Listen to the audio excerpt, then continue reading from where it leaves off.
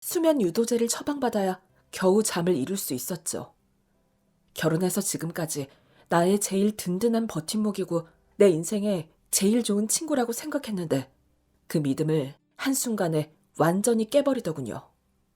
어떻게 20년 넘게 함께 살아온 믿음을 저버리고 저를 속일 수가 있는지 세상이 무섭고 인생 참 부질없다 싶었습니다. 남편과 그 일이 일어나기 전까지는 저는 항상 남편만 생각하면 짠한 마음이 있었습니다. 남편이 회사에 입사하고 얼마 되지 않아 원래 사장이 물러나고 새파랗게 젊은 사장 아들이 부사장으로 들어오고 회사 분위기가 엄청 안 좋게 바뀌었습니다. 부사장은 남편의 막내 동생보다 더 어렸는데 나이가 많건 적건 모든 직원들에게는 반말이 기본이고 성격이 워낙 다혈질이라 일이 마음대로 안 풀리면 사람들이 많은 곳에서도 욕을 하거나 물건을 집어던지는 일도 허다하다고 하더라고요. 남편은 그런 일이 있을 때마다 사표를 던져야 하나 엄청 고민을 많이 했습니다. 그런데 다른 곳으로 옮길 만한 마땅한 자리가 잘 나지 않았고 이력서를 넣어도 연락 오는 곳도 거의 없었습니다. 스펙 좋고 나이 어린 사람들이 계속 치고 들어오니 어중간한 직급에 있는 남편은 마땅히 옮길 곳이 없었던 거죠. 아이는 태어났지, 들어갈 돈은 정해져 있지. 저도 남편도 누구 하나 함부로 일을 그만둘 수도 없는 상황이었습니다. 제가 다니는 회사는 그나마 사람이 몇 안 되고 가족 같은 분위기라서 크게 스트레스 받는 일은 없었는데 남편은 매일같이 회사 나가는 것이 죽을 맛이라고 했습니다. 돈 걱정만 없으면 당장에 때려치우고 싶다고 노래를 불렀죠. 제 벌이가 넉넉하면 당장 그만두라고 하고 싶었지만 저 혼자 벌어서는 집 대출비도 제대로 못 낼 처지여서 그러지도 못했습니다. 상사들 눈치가 보여서 평일이나 주말이나 상사들이 모이는 곳이면 절대 빠지지 않고 나갔습니다. 유난히 술 좋아하는 상사가 있어서 주중에도 적어도 하루, 많으면 3일 정도 술을 마시고 돌아왔고 주말에도 상사들이 등산을 가자고 하면 숙취에 괴로워하면서도 억지로 일어나서 등산복으로 갈아입고 나갔습니다. 그걸 보니 우리나라 가장들 참 불쌍하다 싶고 제 남편도 쳐다보고 있으면 짠한 마음이 앞섰죠. 술을 마시고 찌들어 들어오고 주말에 상사하고 등산을 간다고 해도 다 믿었습니다. 죽기 살기로 힘들게 회사 다니는 사람이 같은 회사에 오피스 와이프를 두고 있을 거라고는 상상도 하지 못했으니까요. 그러던 어느 날 아무런 문제 없다 싶었던 우리 가정이 처참하게 부서졌습니다. 서울 근교에서 커피숍을 운영하고 있는 친구에게서 전화가 걸려왔습니다. 그 친구는 평소답지 않게 할 말을 바로 하지 않고 집에 별일 없냐는 둥, 남편은 잘해주냐는 둥 말을 빙빙 돌리더라고요. 그래서 제가 할 말이 있으면 그냥 하라고 했더니 한참을 머뭇거리다가 오늘 제 남편을 봤다고 하더라고요. 뭔 소리야. 지금 근무 시간인데 남편이 거길 왜 가니? 말도 안 되는 소리 하고 있어. 나도 그렇게 생각했어. 닮은 사람인가 싶어서 내가 안경까지 끼고 봤다. 그런데 네 남편 맞아. 네 남편 차 빨간색 SUV 아니니? 차는 빨간색 맞아. 정말 내 남편이 지금 이 시간에 거길 갔다고? 맞다니까. 내가 네 남편도 못 알아보겠니? 네 남편이 보통 인물이니? 지나가는 사람들 한 번씩 쳐다볼 정도로 키 크고 인물 훤하잖니. 그런데 혜정아, 네 남편 혼자 온 게 아니더라. 그래? 그럼 회사 사람들하고 갔나? 회사 일 때문에 갔나 보다. 회사 사람인지 아닌지는 모르겠는데 여자하고 왔어.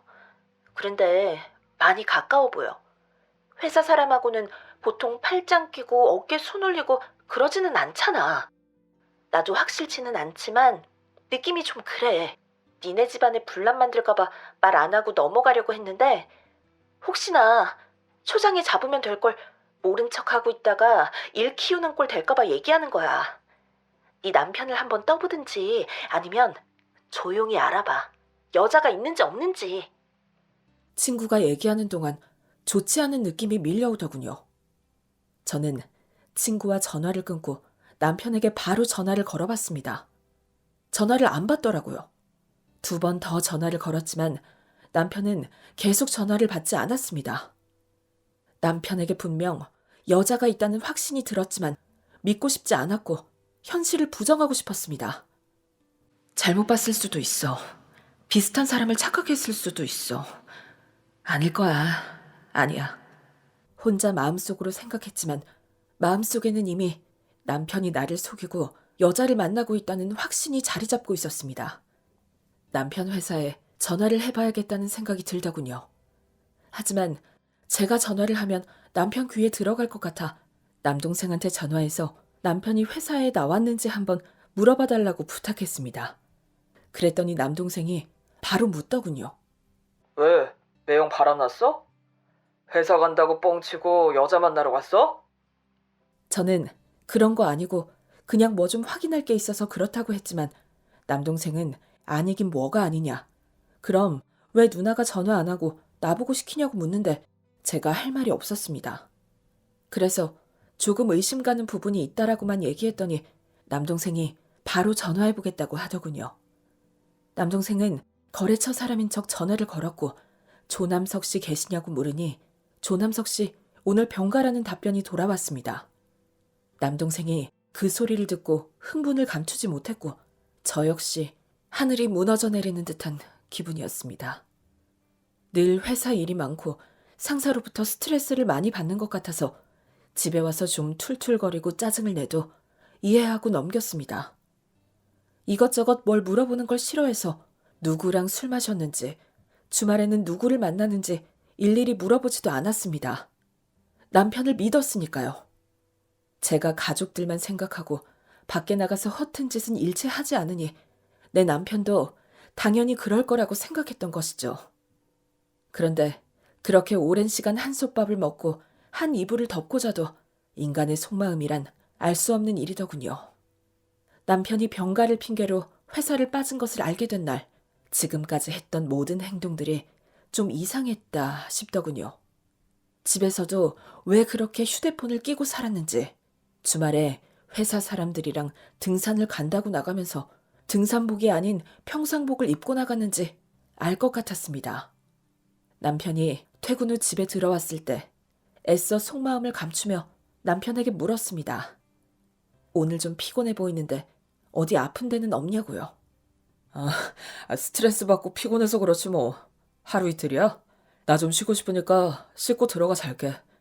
저녁은 안 먹어도 돼. 저녁 먹고 들어온 거야? 응. 회사 사람들하고 간단하게 뭐 먹어서 배 안 고파. 병가 내고 밖에서 데이트할 때는 저렇게 인상 쓰지 않았겠죠. 실컷 놀다 온 사람이 밖에서 세상 일 다 하고 온 것처럼 무게 잡고 인상 쓰고 마음 같아서는 뒤통수라도 한 대 후려치고 싶었습니다. 하지만 억지로 참았죠. 아무런 증거도 없이 내 친구가 너 봤다더라 얘기하면 저나 제 친구나 이상한 취급 당하는 거 순식간일 테니까요. 일단 증거라도 잡고 보자 싶어 저는 동생 도움을 받아서 할 수 있는 방법들 총동원해서 남편이 누구를 만나는지 알아봤습니다. 그 여자, 제가 아는 여자더라고요. 남편하고 바람난 여자 멀리 있지 않았습니다. 다른 부서에서 일하지만 같은 회사 사람이었고요. 그 여자도 남편처럼 가정 있고 자식 있는 여자였습니다. 둘이 회사에서 정들어서 애인처럼 지내기 시작한 지가 꽤 된 것 같더라고요. 가랑비에 옷 젖는 줄 모른다고 처음에는 말 한두 마디 건네다 차 한 잔 마시고 술 한 잔 나누고 서로에게 점점 빠져들어 지금 이 상태까지 온 것 같았습니다. 남편 전화기를 몰래 살펴봐도 통화 목록이나 카톡에서는 이상한 흔적을 전혀 발견하지 못했습니다.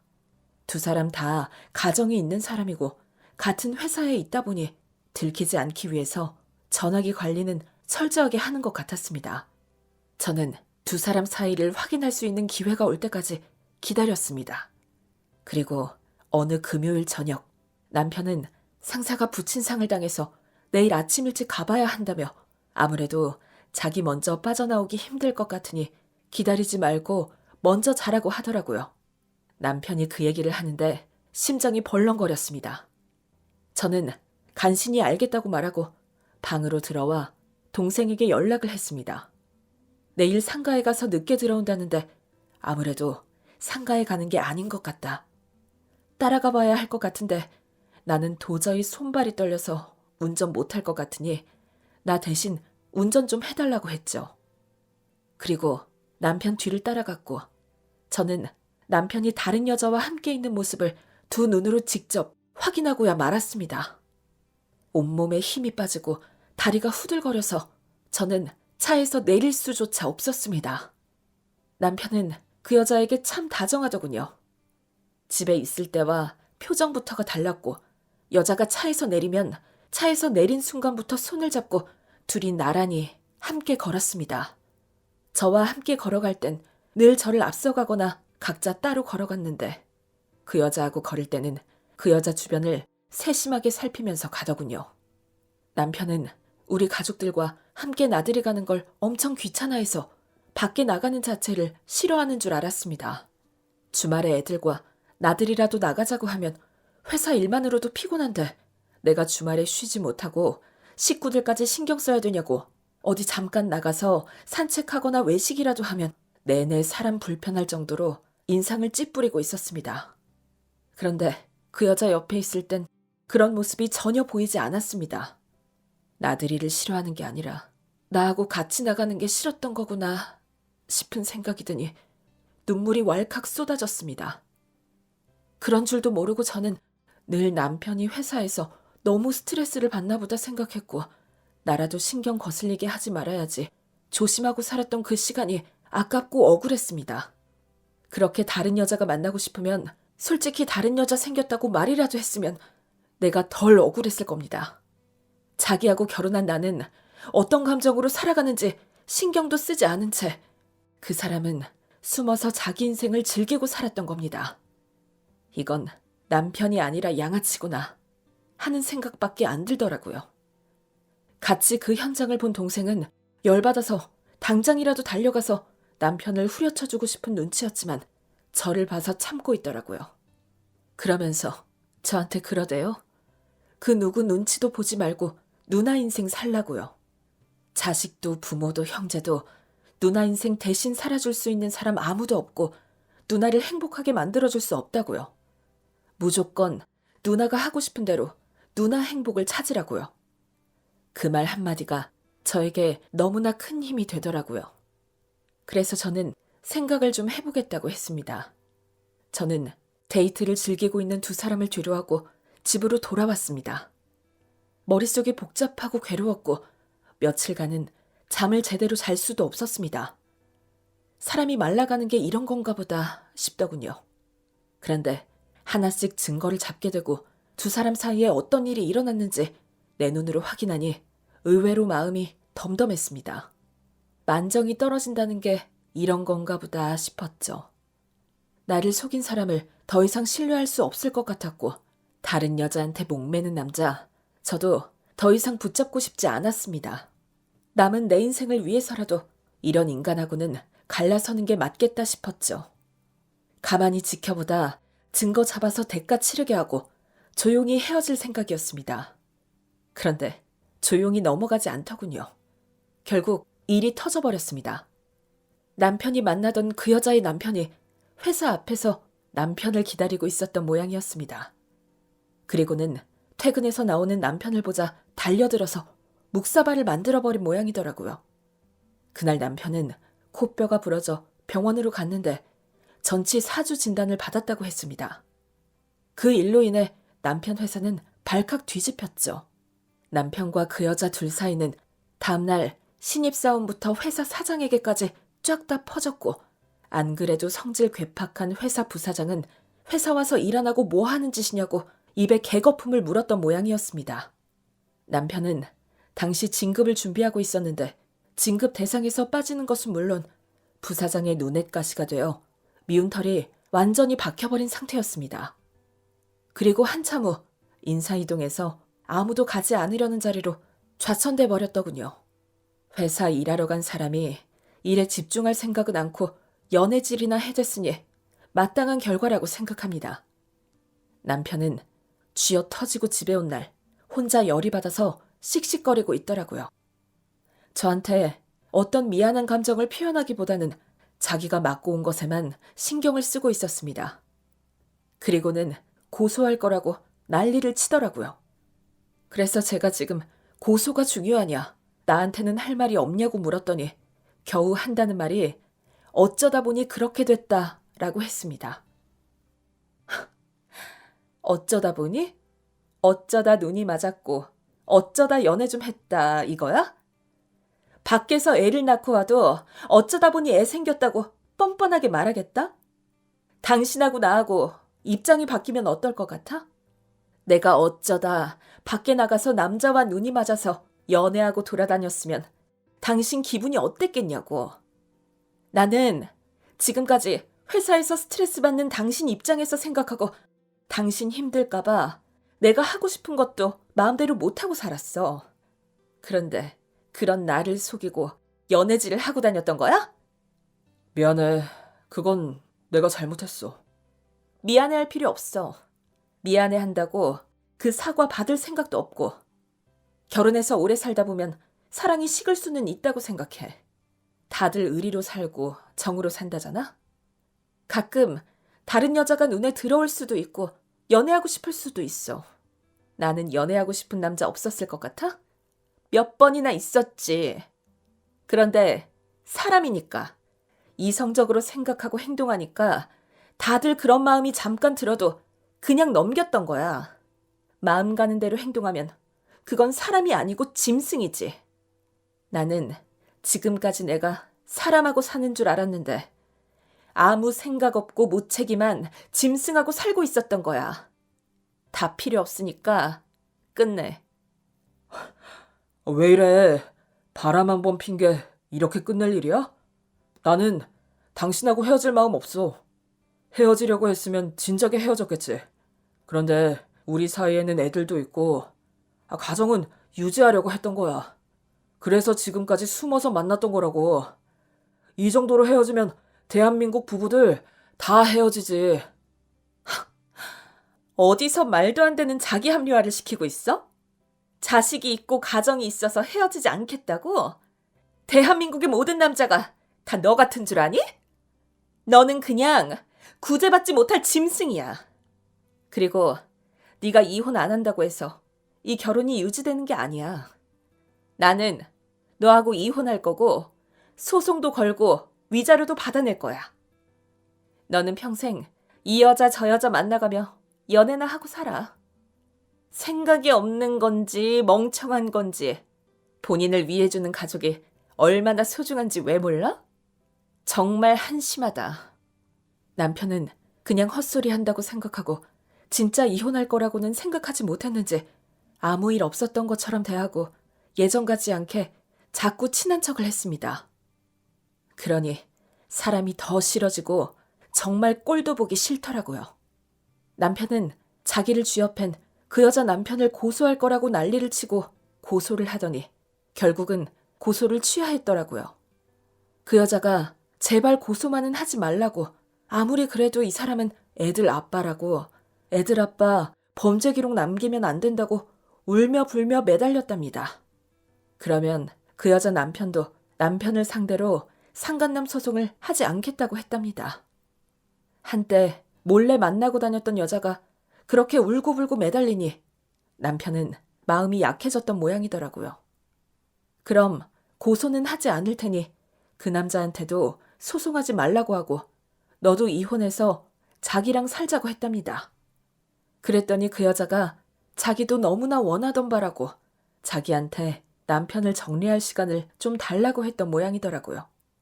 지금은 남편 심기 건드리면 이혼도 안 해주고 정말 골치 아파진다고, 한번 열받으면 눈앞에 뵈는 게 하나도 없는 사람이라서 당분간만 조심하고 조용히 지내겠다고 했다더라고요. 그런데 사람은 참 간사하고 종잡을 수 없는 동물이더라고요. 얼마 후 남편에게 올 것이 오고야 말았습니다. 그 여자 남편이 증거 잡은 것들로 소장을 작성해서 남편 회사로 보낸 것이었죠. 남편은 왜 약속과 다르냐고 난리가 났죠. 그래서 남편도 폭행한 거 고소 다시 하겠다고 했는데 웬걸요.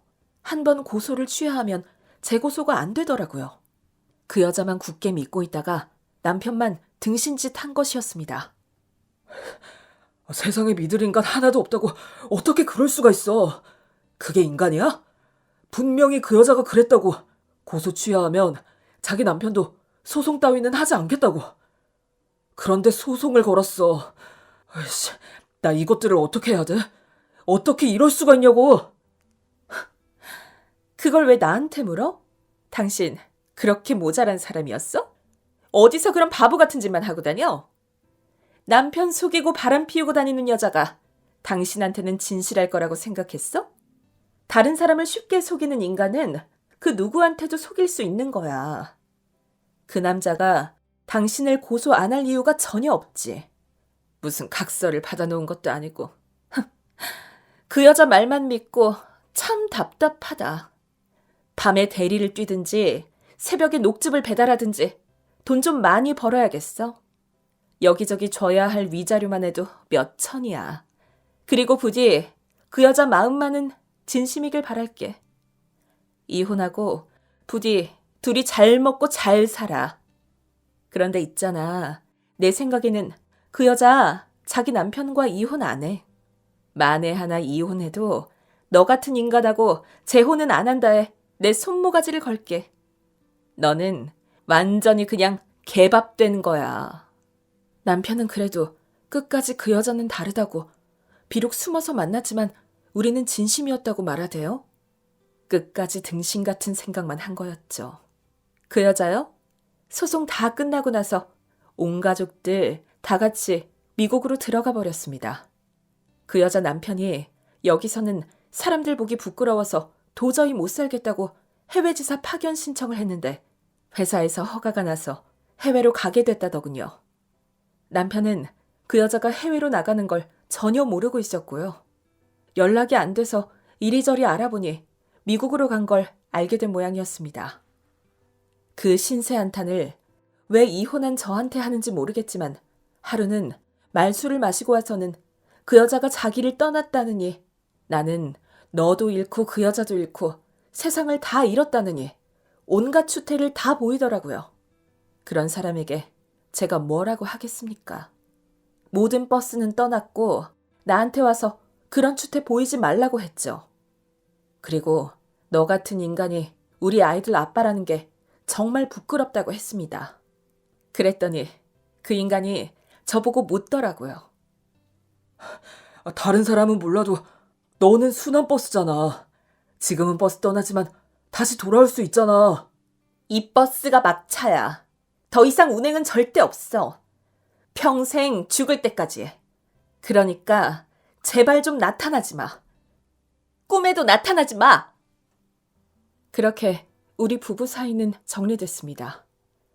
결혼은 도박이고 배우자를 만나는 것도 복불복이라고 하지만 그래도 나는 잘 살 수 있을 거라고 생각했는데 어쩌다 그런 찌질한 남자를 만나 이런 일까지 겪게 됐는지 모르겠습니다.